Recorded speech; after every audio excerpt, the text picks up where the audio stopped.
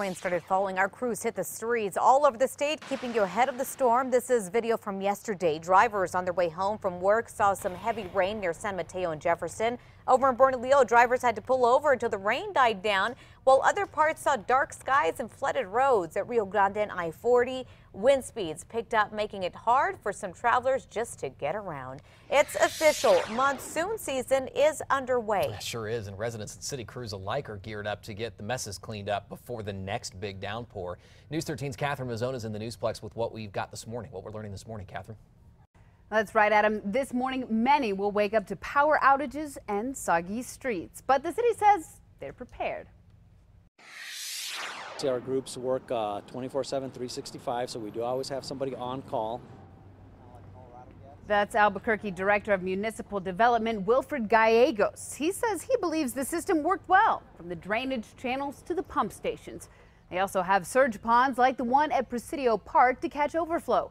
Albuquerque saw record rainfall yesterday. 2¼ inches were recorded in just 24 hours. It swept dirt and sand into the road, covering the streets in the South Valley and creating a lot of work for nearby businesses. Bunch of piles of dirt everywhere. It's a big mess. Now, as Kristen Curry mentioned earlier, we are expecting a little more rain today and a lot more tomorrow. Back to you. Sounds like it's going to continue. If you do see problem areas around town that need attention, you're urged to give the city a call. Just dial 311. And don't forget, we got the latest weather conditions 24/7. You can monitor it yourself from right where you are on the KRQE weather app. And we turn now to some breaking overnight news. Authorities in Baltimore investigating a shooting near the University of Maryland campus. 3 people are dead. It happened just before 11 last night. According to police, there were 2 light-colored vans that pulled up. One person got out from each van and then began firing into a group near the corner. 3 people were shot dead. A 4th person is being treated at a nearby hospital at this time. School officials are now telling students to use caution in this area. Details are still pouring in on this. We will update you on air and through our KRQE News app as soon as they do come into our newsroom. We turn now to this developing story as we take a live look over Washington, D.C. this morning. The Army is expected to formally announce this week that it's cutting more than 40,000 troops over the next 2 years. In addition, 17,000 Army civilian employees will also be laid off. Officials cite dwindling resources as a major reason for this reduction. If the proposed troop cuts take effect as planned, the Army will be left with its smallest active duty force since before the U.S. entered World War II. Request denied. The stepfather of Omari Varela, the man accused of helping his wife beat his 9-year-old son to death in December of 2013, knows that he will not get a new judge. The legal team is now preparing to move forward with the same judge on the case after Judge Stan Whitaker denied their request for a new one yesterday. Legal sources tell us that Judge Whitaker is known for being tough and that defense attorneys try to avoid him. The trial is slated to begin next month. So we checked early this morning, and the suspect in a violent carjacking is locked up right now. We're also getting a first-hand look at his arrest. Take a look. Get out of the car now! Show me your hands! So police say Jeremy Klein, the man in this video, carjacked an elderly couple last week at a church near San Mateo, an Indian school. When officers arrived, Klein was holding a knife to the woman's side. In the video, you can hear the officer yelling at Klein to get out of the car. When he doesn't, the officer tases him and throws him to the ground. Sorry, officers. So officers say they found knives and heroin on Klein. He's being held on a number of charges, including aggravated assault. Time now 6:06. Authorities will now determine if 5 kids accused of smashing windows at an Albuquerque school will face charges. APS says a tip helped the district identify all of them. The group was caught on surveillance video last month, causing thousands of dollars in damage. The district then turned the case over to authorities. APS says it's not sure if these suspects also vandalized 3 other schools that same night. And a big crash and a scare at the Alvarado post office near Central and Zuni yesterday. Take a look at the mess that they're going to have to clean up today. A 93-year-old woman mistook the gas pedal for the brakes, launching into the lobby. The woman and her 94-year-old passenger had minor injuries. They were taken to the hospital. Just in case, nobody else was hurt in all of this. The post office is under repair. Today, it's going to be closed, and it will be closed until all repairs are made. We turn now to this. New this morning, Disney's Hollywood Studios is taking down a bronze bust of comedian Bill Cosby. This comes just days after a sealed deposition of Cosby admitting he bought Quaaludes to use on women he wanted to have sex with was released. Dozens of women are accusing the comedian of drugging and raping them. An alleged victim of Cosby's started a petition to have the statue removed months ago. The company did not comment as to why it's now being removed. You got to see some new video this morning. It shows a United Airlines flight engine sparking over the ocean only an hour after takeoff. This flight was bound for San Francisco. Look at that there. The shower of sparks in the darkness grew so intense, other passengers closed the windows to keep their fellow passengers from panicking. Pilots used an internal extinguisher to put out the flames. The captain says it was engine failure that caused the sparks. The official cause, though, still under investigation. The plane turned around and made an emergency landing in Honolulu. That'd be frightening, right? See that out the window? And I get it. You close the shutters, but the blinds, I don't think that would have stopped me from panicking. I know it's so dark outside anyway, right? Yeah, you know what's happening.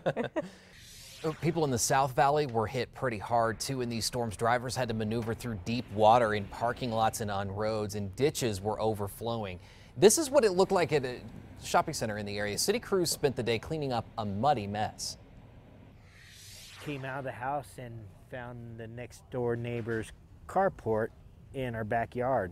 So the wind or twister picked it up and brought it through our property and slammed the house. Now, we checked, and it wasn't a specific twister, but the winds could have reached about 70 miles per hour in Edgewood, causing that damage. The glass from a window breaking caused someone to suffer some cuts. And don't forget, we've got the latest on weather conditions 24/7. Just download our KRQE weather app.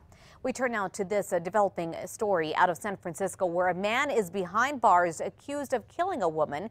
This morning, we're learning more about the weapon used in the crime. Authorities say the gun belongs to a federal agent. It's not clear how the man, Juan Francisco Sanchez, got the gun, but officials were able to trace it back to the agent through the serial number. Prosecutors say Sanchez used the gun to randomly attack Kate Steinel as she was walking with her father along the pier. Sanchez, who's been deported back to Mexico 5 times, pled not guilty in court yesterday. Now lawmakers are questioning the city's sanctuary policy, which allowed him to be recently released from jail for drug charges. Why isn't ICE right there at the prison door escorting that person back to his country of origin? So as it stands, local sanctuary policies prevent law enforcement agencies from holding a person because of their immigration status.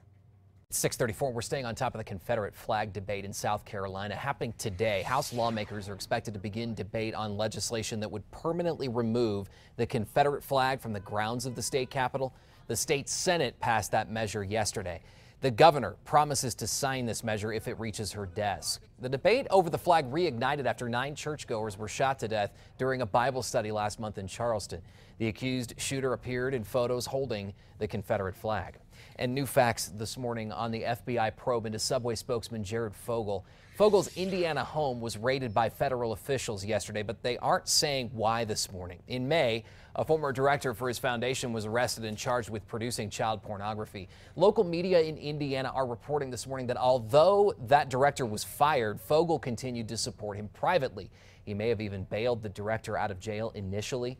Subway has suspended its relationship with Fogle. So a naked man who stole a New Mexico deputy's patrol car is in jail this morning, facing a number of charges. Here's how it all unfolded. Take a look. Sir! Sir! Hey! Get out of there! Hey!